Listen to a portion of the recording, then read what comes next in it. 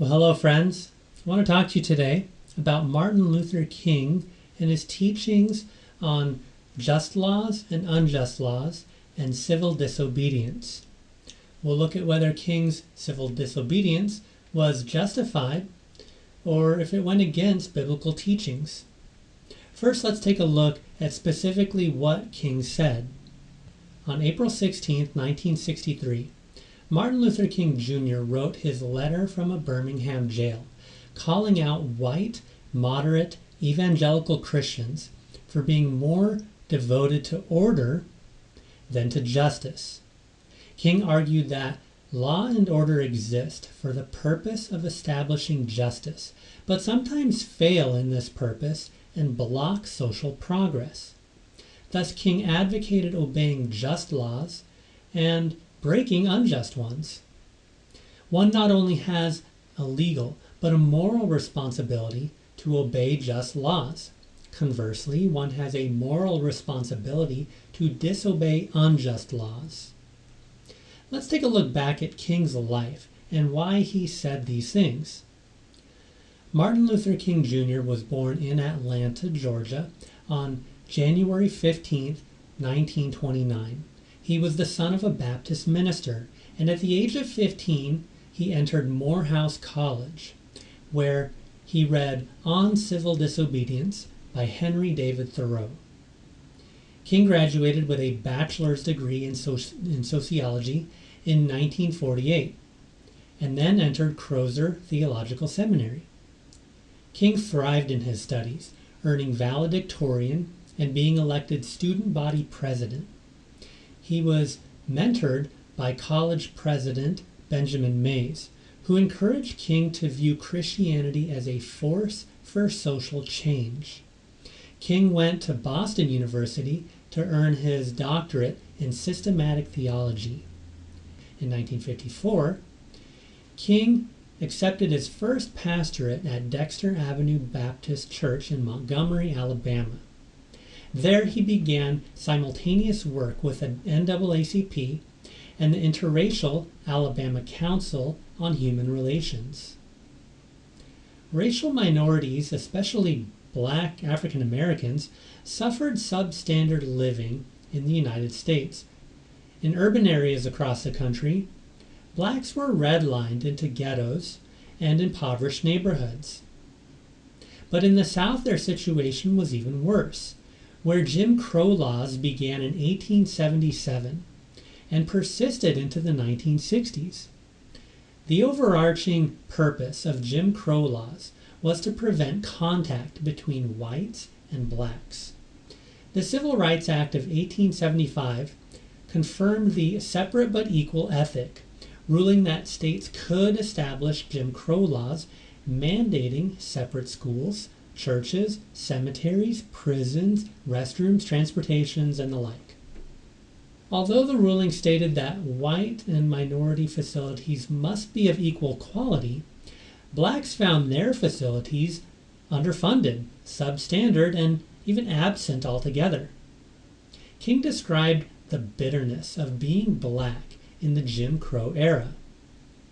He said, "You suddenly find your tongue twisted and speech stammering as you seek to explain to your 6-year-old daughter why she cannot go to the public amusement park that has just been advertised on the television, and see tears well up in her eyes when she is told that Funtown is closed to colored children, and the ominous clouds of inferiority beginning to form in her little mental sky, and see her beginning to distort her personality by developing an unconscious bitterness toward white people." In 1954, the Supreme Court of the United States ruled in Brown v. Board of Education of Topeka that racial segregation of children in public schools was unconstitutional. This landmark decision fueled the civil rights movement and galvanized steadfast resistance to the movement in the American South. A year later, in 1955, Rosa Parks refused to give up her seat on a Montgomery, Alabama bus. Her arrest led to the Montgomery bus boycott and subsequent nonviolent protests such as sit-ins, demonstrations, and other boycotts, many of them led by King himself. In 1957, he helped found the Southern Christian Leadership Conference, which protested racial injustice through marches, boycotts, and other demonstrations. The SCLC became King's organizational base for most of his civil rights activity in the 1960s, and as the organization turned its attention to Birmingham, a city so segregated that King compared it to Johannesburg, South Africa. Birmingham city officials criminalized the activities of the NAACP, and the police commissioner prided himself on knowing how to handle the Negro and keep him in his place. King was arrested and charged with violation of a city ordinance in parading without a permit, and also defying a state court injunction against demonstrations. After he was held in solitary confinement for more than 24 hours, he awoke in the morning to a newspaper with an advertisement commissioned by 8 white clergymen, condemning King and the demonstrations. King replied 4 days later with his letter from a Birmingham jail, in which he criticized the white moderates who are more devoted to order than to justice, and claimed one has not only a legal but a moral responsibility to obey just laws. Conversely, one has a moral responsibility to disobey unjust laws.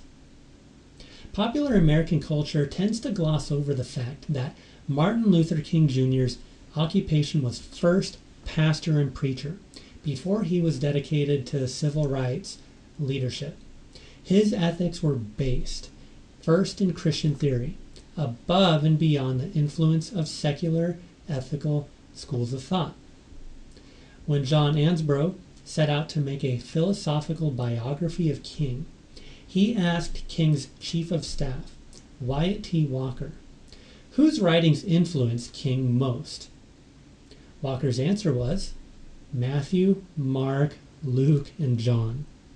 The basis of Martin Luther King's ministry and mission was the ethics and morality of the crucified carpenter from Galilee. First and foremost, he was an unapologetic proclaimer of the gospel of Jesus of Nazareth. Martin Luther King did not deny the power of the gospel to save individuals from the punishment from sin, but his insistence was that the full gospel of Jesus Christ must also combat the presence and the power of sin. King described himself as a profound advocate for the social gospel, saying, the gospel at its best deals with the whole man, not only his soul but his body, not only his spiritual well-being but his material well-being. In King's mind, the quest for justice was a fight against the presence and power of sin, and he saw the gospel of justice weaved into God's greater story in Scripture. King frequently cited the stories of Moses, Amos, Isaiah, Jesus, and Paul, and their quests for reformation and justice in their sinful societies. King was not only devoted to changing the ethics of society, he was deeply concerned with the ethics of his approach to the civil rights movement. King's overriding concern was this: is our movement right and moral? King pleaded to his crowd, remain committed to nonviolence. Our aim must never be to defeat or humiliate the white man, but to win his friendship and understanding. He knew that violent, unethical protest would not bring reconciliation, even if it brought about victory in policy, because violent means would bring about a society that is neither at peace with itself nor its conscience. While in seminary, King despaired because He thought armed revolt was the only practical way to overcome segregation. He believed morally in the Christian ethic of love, but saw it only as practical for individual relationships. He just could not see how it could work in social conflict. But after studying various philosophers and ethicists, King looked to Mahatma Gandhi in India and his campaign of nonviolent resistance, and his skepticism concerning the practical power of love diminished. He said, "I came to see for the first time its potency in the area of social reform." King reflected and he elaborated, Gandhi was probably the first person in history to lift the love ethic of Jesus above mere interaction between individuals to a powerful and effective social force on a large scale. Love for Gandhi was a potent instrument for social and collective transformation. It was this Gandhian emphasis on love and nonviolence that I discovered the method for social reform that I had been seeking. The intellectual and moral satisfaction that I failed to gain from the utilitarianism of Bentham and Mill, the revolutionary methods of Marx and Lenin, the social constructs theory of Hobbes, the back-to-nature optimism of Rousseau, the Superman philosophy of Nietzsche, I found in the nonviolent resistance philosophy of Gandhi. King devoted himself to dual objectives. 1. Christian love. And 2. Practical, effective, ethical, and just social change. And in Gandhi, King found a model for how to fulfill both of those objectives. Using nonviolent means, King mobilized the black community and its supporters to campaign against and even disobey unjust laws. One might ask how one determines which laws are just and which ones are unjust, and who gets to make that judgment. But King answered succinctly, saying, "A just law is a man-made code that squares with the moral law, or the law of God. An unjust law is a code that is out of harmony with the moral law." In the context of segregation, King determined any law that uplifts human personality is just. Any law that degrades human personality is unjust. All segregation statutes are unjust because segregation distorts the soul and damages the personality. King's emphasis on human dignity was rooted in Genesis 1:27, which says, "God created man in his own image." And interpreting this verse, King stated, the whole concept of the image of God is the idea that all men have something within them that God injected. And this gives man a uniqueness. It gives him worth. It gives him dignity. Thus, segregation was not wrong because it was untenable or inconvenient or economically unsound. It was wrong because it was an offense against God's creation. And King said, "This is why we must fight segregation with all of our nonviolent might." King believed Christians have a responsibility to fight for human dignity because that was God's way, and God's ways are above man's ways. Now, there are arguments against King's ethics. For example, government leaders often cite Romans 13 in order to elicit support for their policies, and Christians who support their regimes will often cite Romans 13 to rally more Christians to the political cause or to elicit them to go along with a policy that they might not agree with.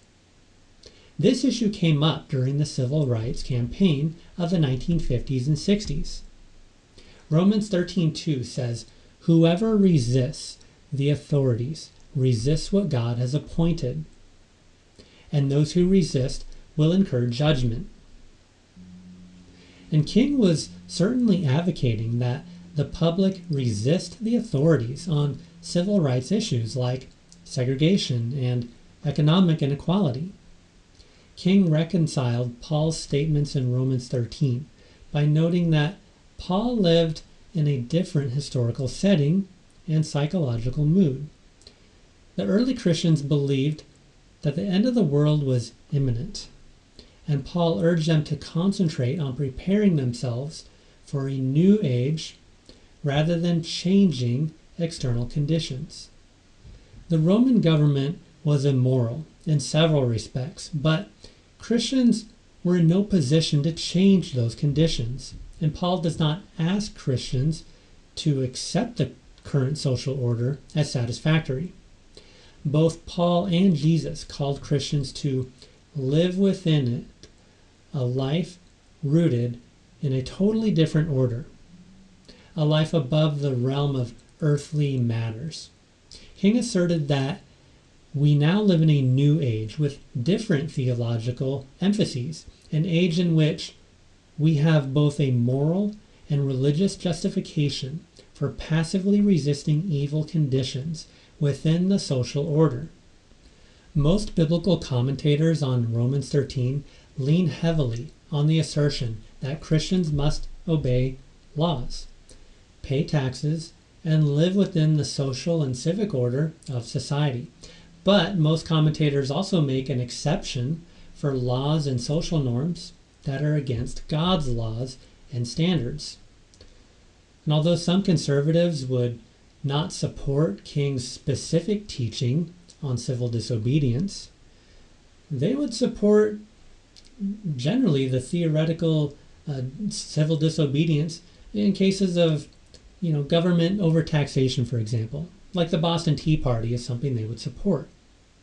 And it appears that Christians, even conservative ones, support King's ethic about disobeying unjust laws, at least in theory. But they often disagreed with him in his specific application in the civil rights era. So while conservatives pleaded for obedience and order, moderates and some liberals in politics, they advocated for gradualism, not revolution, in accomplishing social change.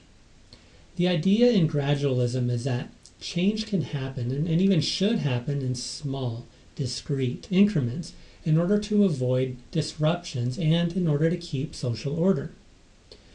That was the ethic behind the letter to Martin Luther King from the 8 white Alabama clergymen on April 12, 1963.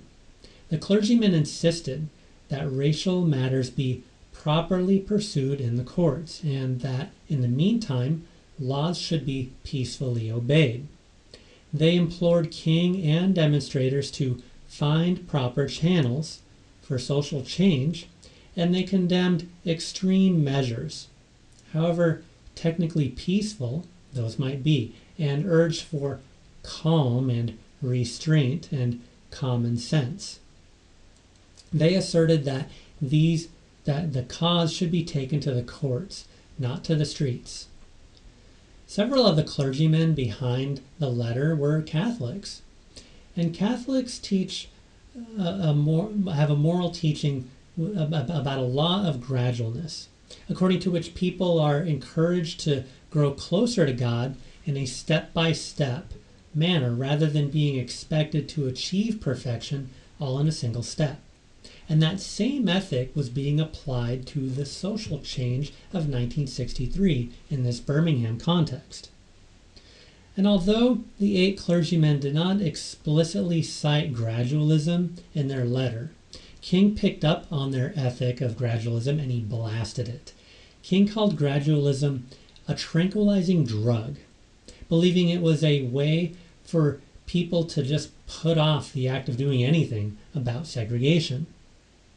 He defends nonviolent protest as a superior tactic for social change because it raises the tension that is necessary to provoke action.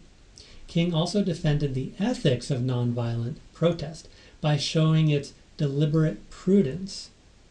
He says there are 4 basic steps: 1. The collection of facts to determine whether injustices exist. 2. Negotiation. 3. Self-purification. And 4. Direct action. And the 8 clergymen assumed that King's tactics were unethical because they only saw the last step, direct action, without recognizing the prior steps like negotiation that they had done. But King described how the black community had attempted negotiation, but they were shut out. The clergymen implored due process through the courts, but King explained that his 4-step process to nonviolent protest was more of a due process of sorts, even if not legal in all jurisdictions. King argued that God's moral law, his moral process, supersedes human law. King claimed that Christians have a duty to obey just laws, which is well supported by Romans 13. And he said that Christians have a duty to disobey unjust laws, which actually also has ample biblical support. For example, in Exodus chapter 1, the Egyptian Pharaoh commanded the Hebrew midwives to kill all Hebrew male babies. But they feared God and did not do as the king of Egypt commanded them. This was an act of civil disobedience to an unjust law. And even though they disobeyed and actually lied to the king of Egypt, it says God dealt well with the midwives, and the people multiplied and grew very strong. And because the midwives feared God, he gave them families.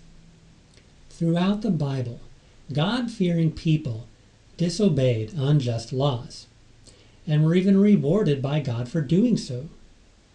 Rahab disobeyed a command from the king of Jericho to produce the Israelite spies, and God rewarded her by sparing her life.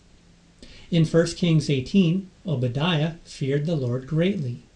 He hid 100 of the Lord's prophets from the murderous queen Jezebel so that they could live in defiance of the ruling authority. Martin Luther King cited the civil disobedience of Shadrach, Meshach, and Abednego, who refused to worship the Babylonian gods and were thrown into a fiery furnace. Daniel defied King Darius's decree that nobody could pray to gods other than the king.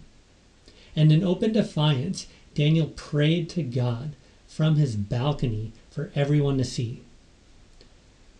There is nothing new about this kind of disobedience, King said, citing some of these examples from his letter from a Birmingham jail.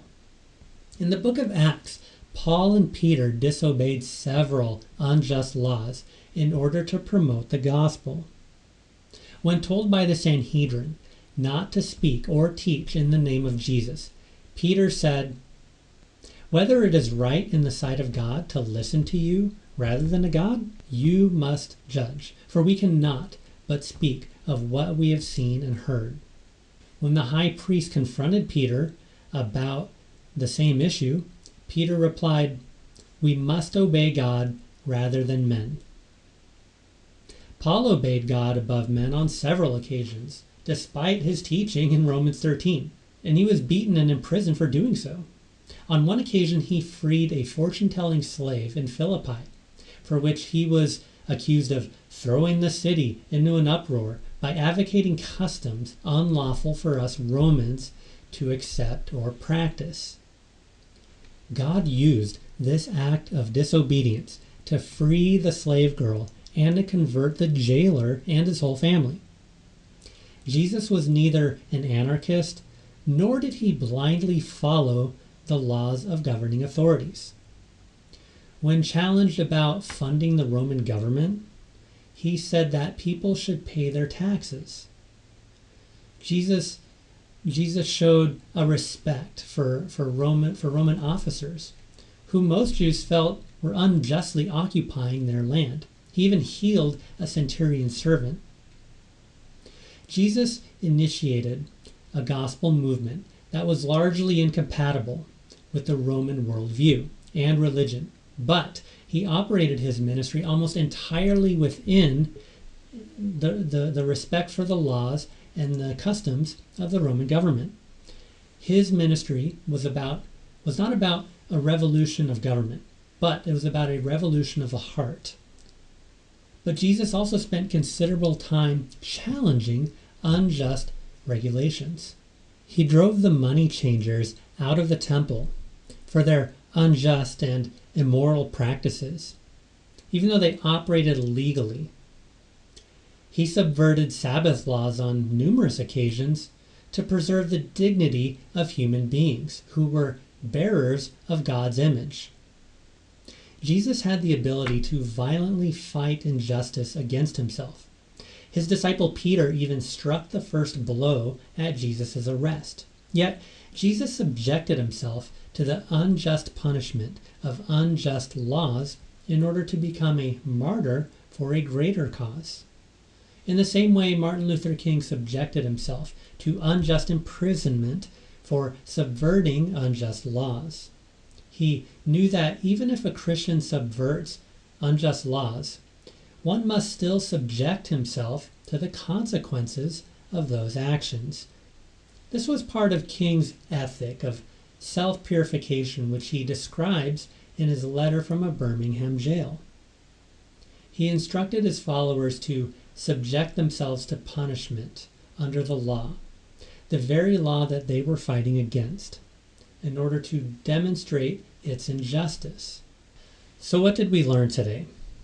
We learned that God's people have a long history of standing up to civil authorities that violate God's laws. Both Martin Luther King and the Bible assert that Christians should campaign for a society that aligns with the kingdom of God, that Jesus taught, even if by means of civil disobedience. The guidelines for Christian civil disobedience can be summed up as follows. 1. Obey laws that promote order, even if they are unfavorable. 2. Resist laws that command evil. 3. Work nonviolently within the legal system to change unjust laws. 4. Civil disobedience is justified when government laws violate God's laws. 5. Accept the government's punishment for civil disobedience. 6. Civil disobedience must be done non-violently and with love. King followed these ethical guidelines in his campaign against segregation and showed their practical effectiveness for social change. The argument for gradualism in the context of injustice is just not compelling, and it lacks biblical justification. The argument against all civil disobedience from Romans 13, it just doesn't stand up against numerous biblical examples otherwise. And in summary, Christians should value God's laws over man's laws. And Christians should obey just laws and fight against unjust laws. I thank you for joining me today. Just remember, God loves you, I love you, I'm praying for you always. You take care.